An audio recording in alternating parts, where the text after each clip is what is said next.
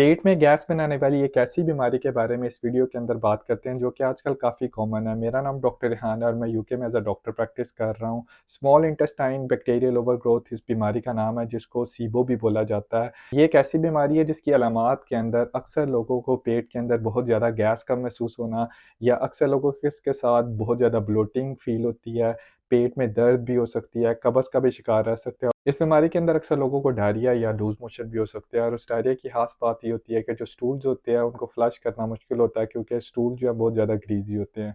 Small intestinal bacterial overgrowth का मतलब है कि आपकी जो छोटी आंत का ऊपर वाला हिस्सा है वहाँ पे बैक्टीरिया की ग्रोथ ज़्यादा हो जाए। अब नॉर्मली इस पार्ट के अंदर बैक्टीरिया सर्वाइव नहीं कर पाते, क्योंकि एक तो स्टमक एसिड बहुत ज़्यादा उनको सर्वाइव नहीं करने देता, और दूसरा नॉर्मली इंटेस्टाइन्स की जो कॉन्टिन्यूअस मूवमेंट होती है, जिसे पेरिस्टाल्सिस भी बोलते हैं, वो कॉन्टिन्यूअसली बैक्टीरिया को नीचे बड़ी आंत यानी कोलन की तरफ जो है वो पुश करते रहते हैं।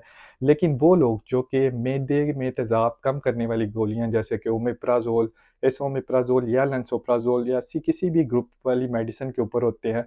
इसके अलावा वो लोग जिनको पैंक्रियाज़ यानी लबलबे का मसला हो, अक्सर शुगर के मरीज़ों को, पेट की बीमारी जैसे किसी को पहले पेट की कोई सर्जरी हुई थी या कोई कीमोथेरेपी पे था, या अक्सर लोगों को जिनको पहले इंटेस्टाइनल ऑब्स्ट्रक्शन थी, उन लोगों के अंदर ये बीमारी के होने के चांसेस ज़्यादा हो जाते हैं। अगर किसी को ये अलामात हो तो ज़रूर अपने करीबी डॉक्टर से रजू करें, ताकि डॉक्टर आपकी हिस्ट्री सुन के आपके आगे फर्दर टेस्ट करवा सके। बाज़ औक़ात इसके लिए एंडोस्कोपी यानी कैमरा टेस्ट भी किया जाता है, और बाज़ औक़ात इसके लिए ब्रेथ टेस्ट भी किया जाता है। अगर बीमारी कन्फर्म हो जाए तो अमूमन इसके लिए जो है वो एंटीबायोटिक स्टार्ट की जाती हैं, जो कि सिर्फ़ और सिर्फ़ आपको डॉक्टर की प्रिस्क्रिप्शन पे लेनी चाहिए। और ये वो एंटीबायोटिक्स होती हैं जो कि आपको कुछ टाइम के लिए लेनी पड़ती है, जैसे आपको डॉक्टर एडवाइस करता है।